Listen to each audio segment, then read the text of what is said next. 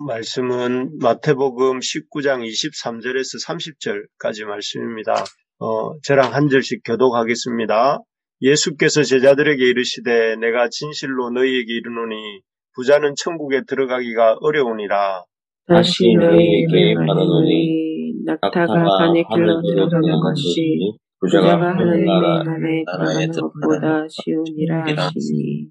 제자들이 듣고 몹시 놀라 이르되 그렇다면 누가 구원을 얻을 수 있으리까? 예수께서 그들을 보시며 이르시되 사람으로는 할 수 없으나 하나님으로는 다 하시리이다. 이에 베드로가 대답하여 이르되 보소서 우리가 모든 것을 버리고 주를 따라 싸운즉 그런즉 우리가 무엇을 얻으리이까? 예수께서 이르시되 내가 진실로 너희에게 이르노니 세상이 새롭게 되어 인자가 자기 영광의 보좌에 앉을 때 나를 따르는 너희도 12보좌에 앉아 이스라엘 지파를 심판하리라. 또 내 이름을 위하여 집이나 형제나 자매나 부모나 자식이나 전토를 벌인 자마다 여러 배를 받고 또 영생을 상속하리라. 그러나 먼저 된 자로서 나중되고 나중된 자로서 먼저 될 때가 많으니라. 아멘.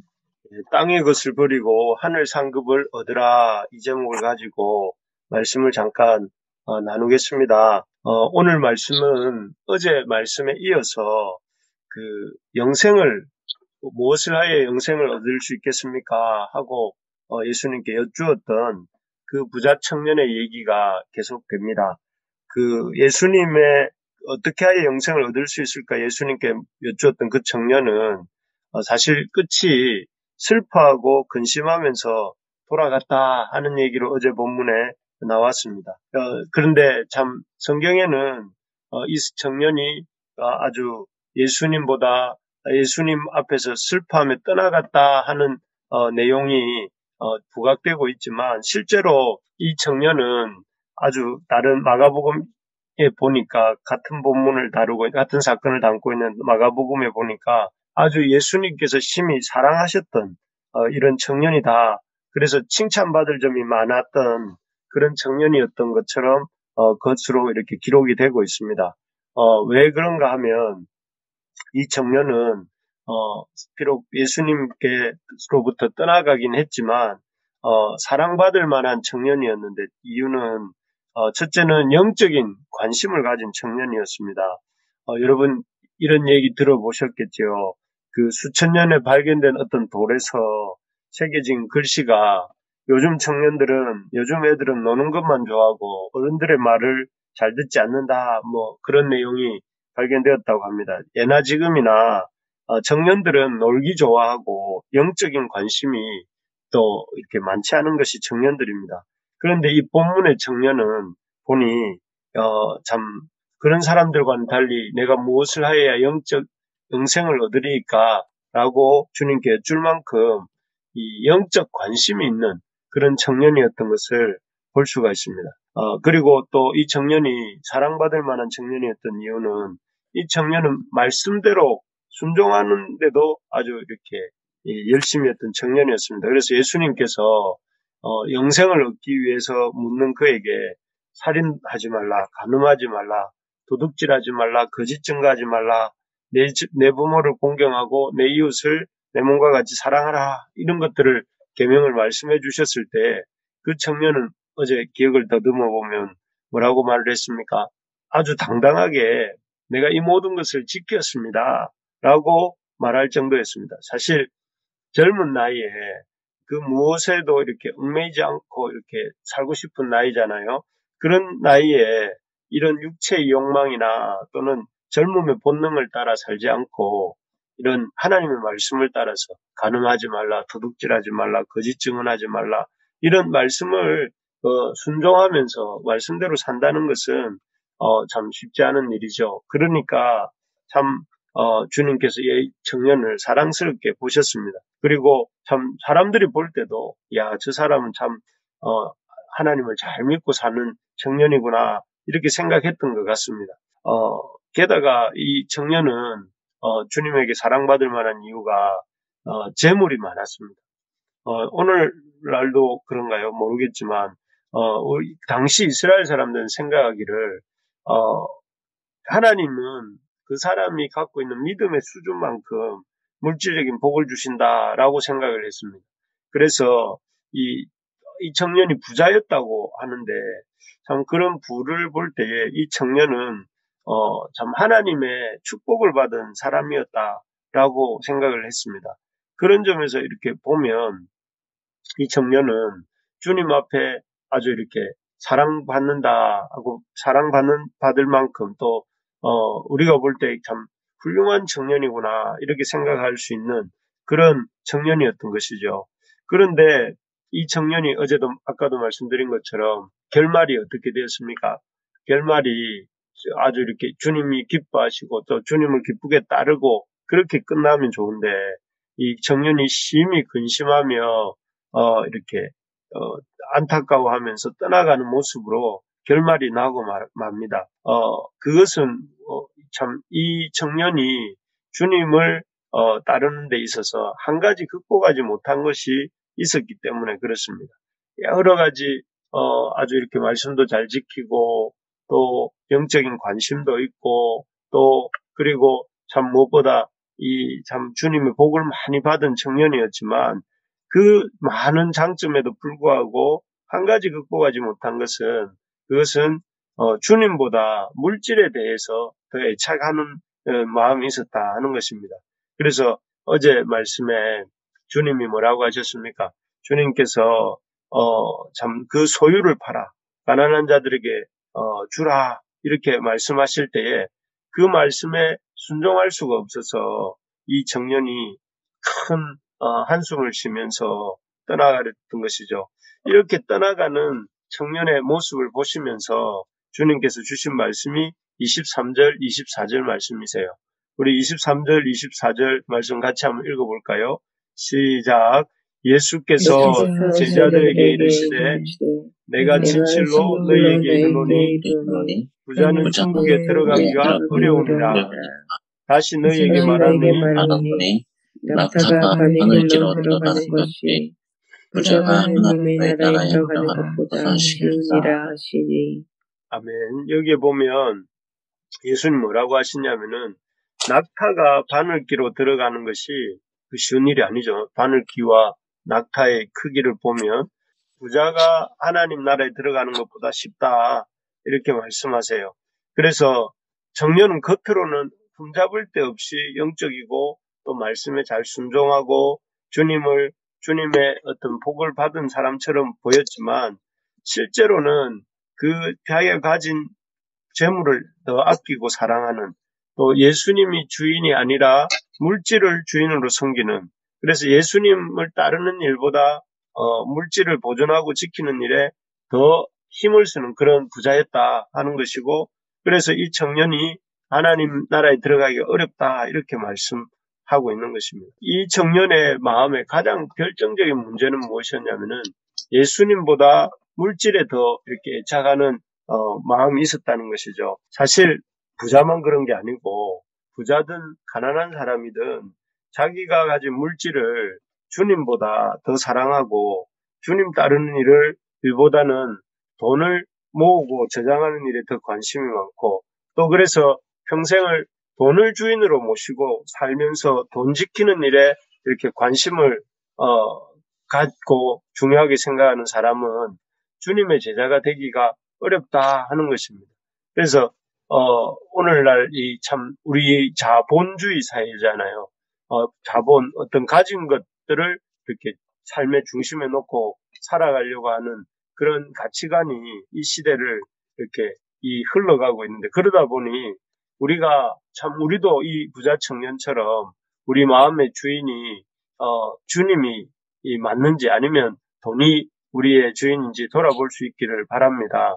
그래서 돈이 이 청년처럼 겉으로는 모든 것이 흠잡을 데 없이 주님을 주인으로 모시고 있는 사람의 삶이었지만 그러나 실제로는 그 삶의 주인이 자신이었던 그 물질이었던 것처럼 혹시라도 우리 마음의 주인이 주님이 아니라 이 물질이 주인이라면 내 마음의 첫 자리를 어떻게 하든 주님께 드릴 수 있도록 우리가 할 수 있어야 되겠습니다. 그래서 어떻게 하면 우리가 내 마음의 첫 자리를 주님께 드릴 수 있는가? 어떻게 하면 내가 어떤 물질이 내 마음의 주인이 아니라 주님이 내 삶의 주인이 되게 할 수 있는가 하는 것에 대해서 오늘 말씀해 주시는데요.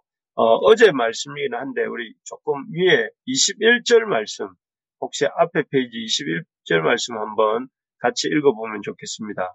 21절입니다. 시작. 예수께서 이르시되 내가 온전하고자 할진대 가서 내 소유를 팔아 가난한 자들에게 주라. 그리하면 하늘에서 보화가 내게 있으리라. 그리고 와서 나를 따르라 하시니, 여기에 보면 예수님께서 청년에게 주셨던 말씀인데요. 가서 내 소유를 팔아 가난한 자들에게 주라. 그리하면 하늘에서 보화가 내게 있으리라. 이렇게 말씀하세요. 부를 컨트롤할 수 있는 방법. 부가 인생의 주인이 아니고 우리 주님이 인생의 주인이 되는 법. 그것은 무엇이냐면은 소유를 팔아서 가난한 자들에게 주라. 이렇게 말씀하십니다.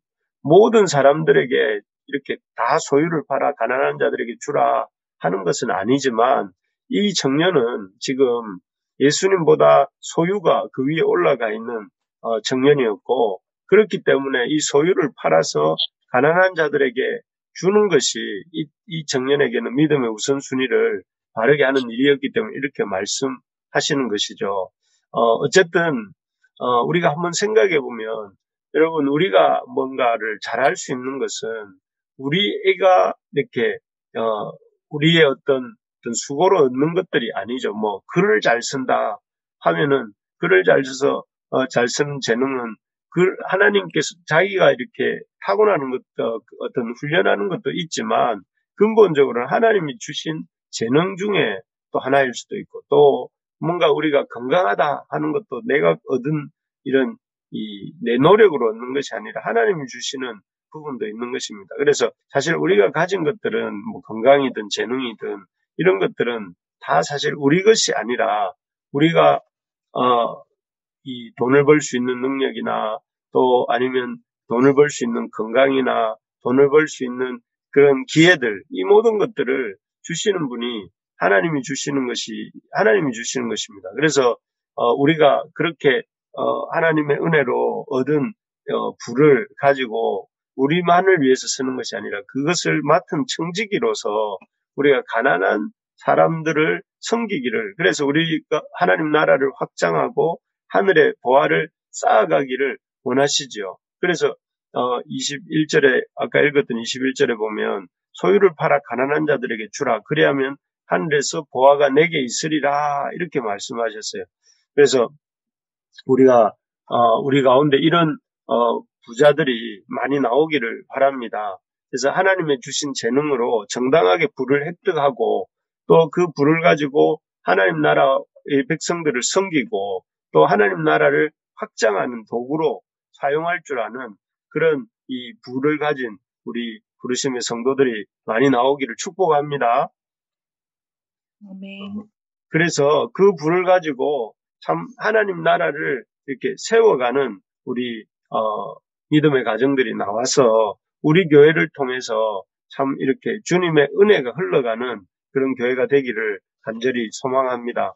그리고 또 두 번째로 보면, 첫째는 물질로 다른 사람들을 섬길 때에 물질이 우리 마음의 주인이 안 된다 한다면, 둘째는 새날에 대한, 새롭게 되는 날에 대한 거룩한 소망을 가져야 된다 하는 것입니다. 우리 28절 한번 읽어보겠습니다. 28절 시작. 예수께서 이르시되 내가 진실로 너희에게 이르노니 세상이 새롭게 되어 인자가 자기 영광의 보좌에 앉을 때 나를 따르는 너희도 12보좌에 앉아 이스라엘 12지파를 지파하리라. 여러분, 요즘 우리가 실감하고 있는 것이지만 세상이 점점 새롭게 되고 있는 것 같습니다.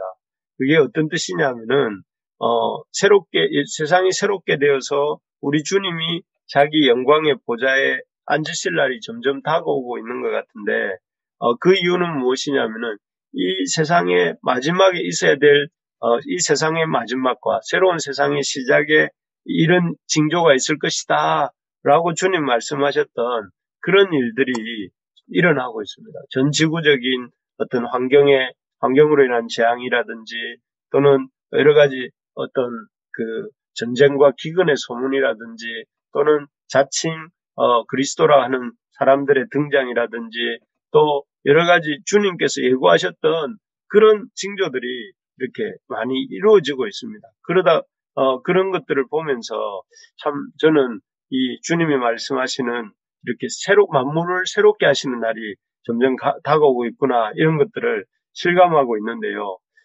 그날에는 많이 가지고 있는 자가 큰 자로 이렇게 인정받는 것이 아니라 여기 보니까 28절에 보니까 너희가 예수께서 진실로 이르시되 너희에게 이르노니 세상이 새롭게 된 인자가 자기 영광의 보좌에 앉을 때에 나를 따르는 너희도 12보좌에 앉아 이스라엘 12지파를 심판하리라 하시면서 나를 따르는 너희가 12보좌에 앉아 이스라엘 12지파를 심판한다.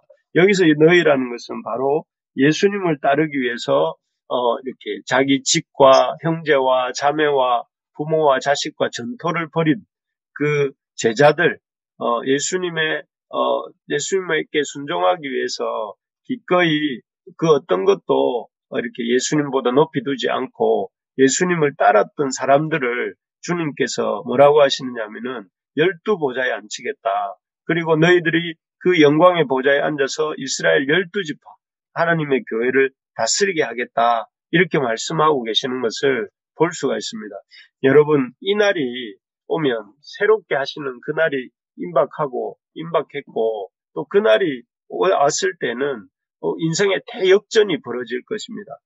우리가 참 저 사람 대단하다, 저 사람 잘 산다라고 생각했던 사람은 오히려 그 참 이렇게 하나님 나라에 들어가지도 못할 수도 있고 또 반면에 우리가 볼 때는 참 저 사람 참 잘 못 살고 있다. 어떻게 보면 참 어렵게 힘들게 사는 것 같다. 이렇게 생각했던 사람들이 주님 따른다고 애쓰고 수고했던 그래서 고생하고 이래 어려웠던 사람들이 보좌에 앉게 되는 그런 역사가 일어나게 된다는 것입니다. 그래서 그날이 참 우리가 생각하는 것보다 이렇게 임박했고 또 그날에 오면 우리의 삶이 참으로 내가 정말 너무너무 주님 따르기를 잘했구나. 주님의 백성으로 잘 살았구나. 주님이 이렇게 놀라우신 분이시구나. 우리가 입을 열어서 이렇게 감사하고 찬송하게 될 날이 온다는 것입니다.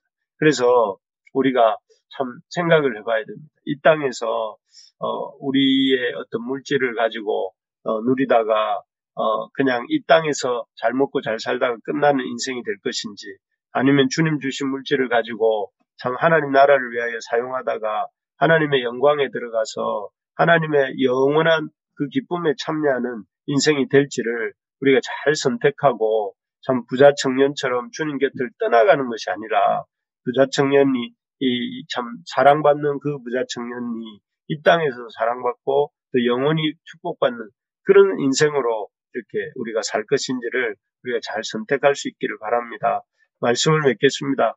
우리가 자본주의 시대를 살고 있습니다. 그래서 우리도 모르게 우리 마음의 첫 자리가 물질이 될 수가 있습니다. 우리 주님께서 우리 마음의 첫 자리, 첫 중심에 계시기를 축복합니다. 아멘. 그래서 항상 주님을 높이고 주님의 뜻대로 물질을 사용할 수 있는 우리 모두가 되기를 소망합니다. 그래서 물질이 아니라 하나님 나라를 섬기고 물질이 아니라 우리의 주님께서 우리에게 맡기신 영혼들을 섬기고 세워가는데 우리의 물질을 사용할 수 있기를 소망합니다. 바라는 것은 우리 부르심의 가족들 한 사람도 이 새벽 기도에 나와서 기도하는 여러분 한 명도 빠짐없이 우리 모두가 주님 앞에 새롭게 되는 날을 소망하고 달려가면 좋겠습니다. 주님 지금까지 우리가 지금까지 살아온 시간들을 보면 너무나 짧게 지나간 것처럼 앞으로 우리에게 주어진 이 땅의 날들도 금세 지나갈 줄로 압니다.